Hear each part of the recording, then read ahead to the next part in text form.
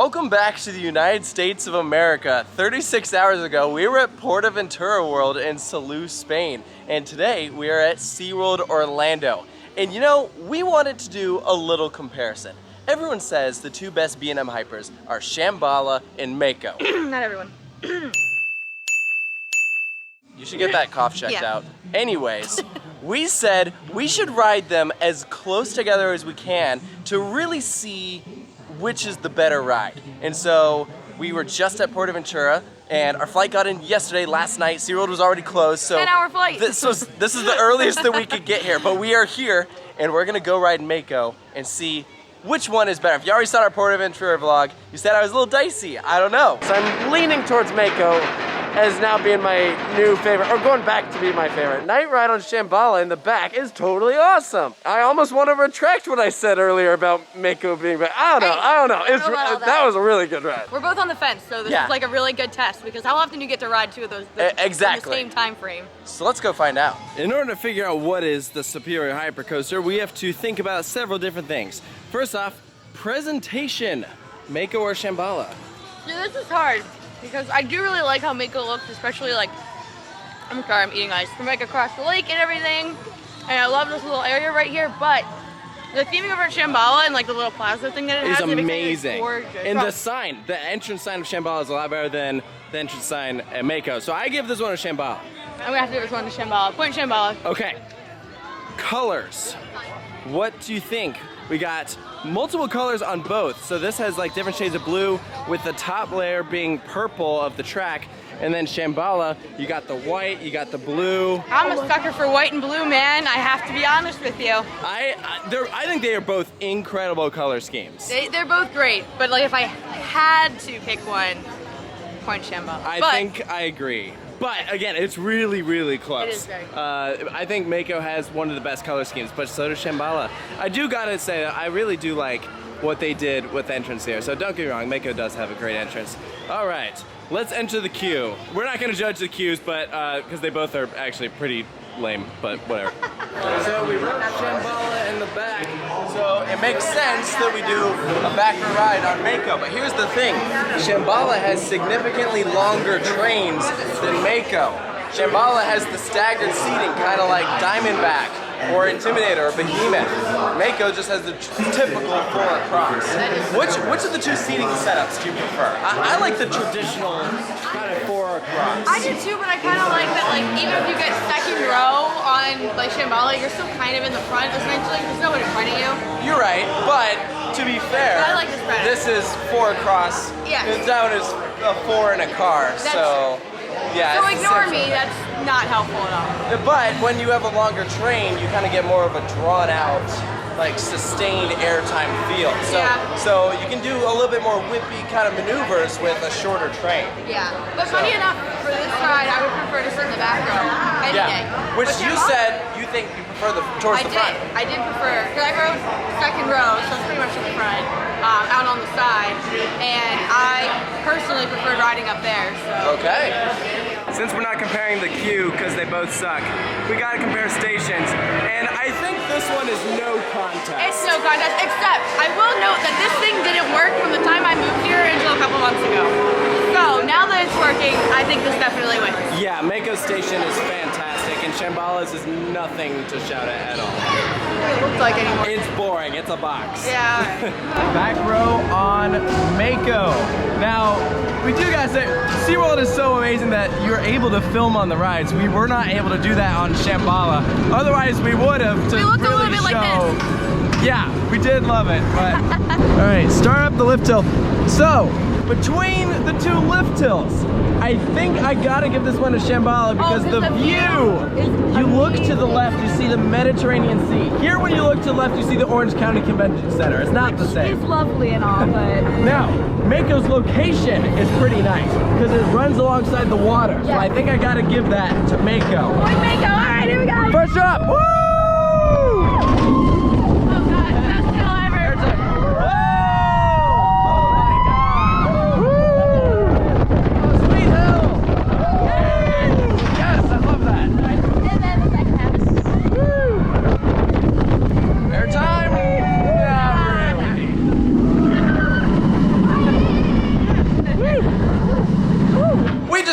doing Shambhala in 36 hours. We are awesome. That is pretty good. Okay, initial thoughts. I would have to say the airtime is definitely better on Mako. I think it has some stronger moments, but Yes. not by much. But the first 2 big hills on Mako, the one after That's that first perfect. They're turnaround, and then perfect. like as you're heading back that hill, even with the trim, that is a fantastic moment of airtime. That's the thing. You're right. So we have ridden Mako a lot more than Shambhala. Yes. So that is a little, you know, tough to say that we've ridden Mako when it is running very fast. Yes. And you've only done Shambhala 3 times in December. Yes. So a little unfair, but So we'll ignore the speed portion then. yeah, because I mean, you could say the Shambhala maybe wasn't running as fast as it would be otherwise. Yes.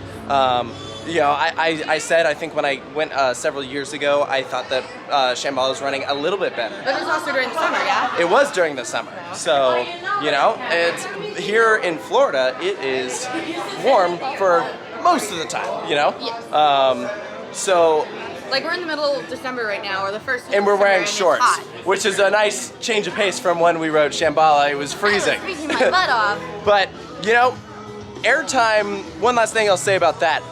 Both rides have a hill that's kind of a dud. They do. Look, coming right off the mid-course, there's a hill, and it should have airtime. Like it feels like it should. It looks like it should. Yeah. And it does not. And then on Shambhala, right there towards the end of the ride after the mid-course, there's the hill that there's just nothing there.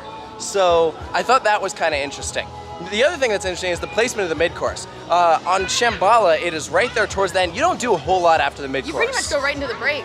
Yeah, there's like a turn, which is good. I do enjoy it. It's kind of this downward swooping turn, and then it does that hill where there's not a lot of airtime and you hit the brakes. Here, you pass over the water, which is cool. do. So I think Mako has the stronger ending. Yes, which is funny because I would always say that Mako has a pretty crappy second half. But Yeah. if you want to call it like a real second half, I think Shambhala is a longer ride. Absolutely. So like the real middle of the ride is very different than like where the mid-course brakes So are. even though Mako has some stronger airtime, I think that Shambhala has some more powerful moments. Shambhala is intense. It is. At the bottom of the first drop, you gray out. When you're going into Yes, that I turnaround, totally like the did. figure 8, you gray The out. ampersand, they call it. I think that Shambhala is a more powerful ride experience. Intensity point Shambhala. Yes, it is also taller and faster. Shambhala, I think, is like 250 feet or something. This As far is as like just over intensity, 200. It made me think of like a mini Fury as far as Yes. how intense it is. I Especially in the agree. front row, it's just like, Yeah. Yeah. The other thing that I think is fun about Shambhala, it doesn't have a true splashdown, but it does have the water effect. You get That's hit by true. water. But you know what? I'm not gonna lie, it hurt a little bit because we're going so fast. It hit me and I was like, I'm Yeah. not here. I know, it's like cold out, so I think that's fun. But, you know, the last thing that I'll really say that kind of makes this comparison a little unfair is we did get a Shambhala night ride. We did get a Shambhala night ride. So should we just do Mako at night to get a true comparison? I think we should. All right. Would you look at that? All right, let's go ride this at night. Round 2, Mako at night. Same seats and everything. Yeah, I know. This will be a fun comparison.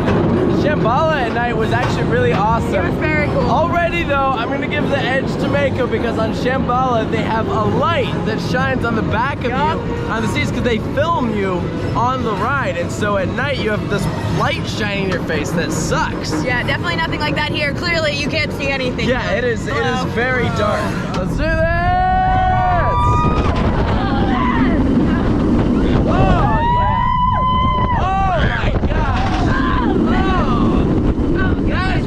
Any moment on Shambhala. Oh, hell yeah. Nice.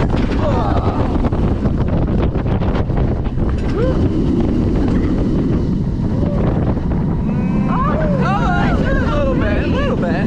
Oh, look at those pretty Christmas lights. Oh, nice. And Ooh, that's a tough there one. we go. That's a tough That is tough. Several night rides later on Mako, and I definitely have a couple thoughts. I have thoughts. So I like the speed hill better on Shambhala. That was one, but it's tough. Again, they're both like so good. It's really that, like very specific things like that are hard for me to kind of compare because this is probably my most ridden roller coaster, whereas I've ridden Shambhala 3 times. That's fair. So like yeah. the specificities of that particular hill, kind of hard to remember, but I'll take your word for it because you've done it more than I have. Yeah, but I mean, Mako is also one of my most ridden roller coasters. I mean, I've done Shambhala probably 9 times at this point, I think, but I mean, you know. You also have a better memory. That also does help. You know, I will give Mako credit though. I think that is the superior night ride with how it goes out over the water. I think that is really cool. I also appreciate the music going up the lift hill, you know? It's really a fun touch. It really makes it more exciting, like the build up, and then when you're going over the like crest for the drop, it's like Yeah.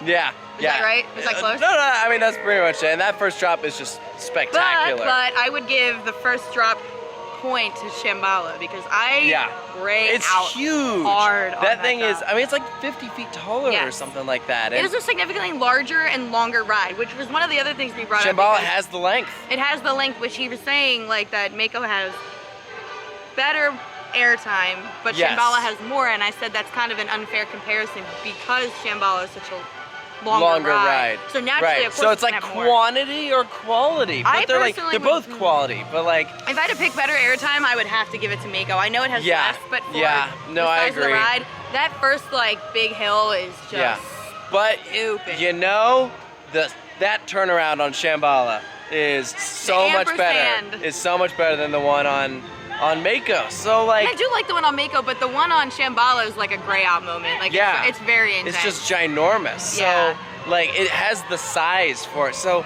man, I don't know. Like, has anyone been tallying? Anyone keeping track? Because we aren't. Final opinion. Should we do like a 3, 2, 1 and say the same time? Mako or Shambhala? That way we aren't like influenced by each other's thing. Yeah, we could probably do that. Okay. All right. 3, 2, 1, Mako. Shambhala. I don't know. It's so difficult, guys. I don't know. We're never gonna agree. I don't know. Present your case. Why? I just can't be willy-nilly like your scores you give. I don't know. I just like, it has like so much great, like so many great moments. Okay. Like and the intensity is there. I mean, and like, you know, Mako's first hill is stronger, but that doesn't mean that Shambhala's first hill isn't also really strong, you know?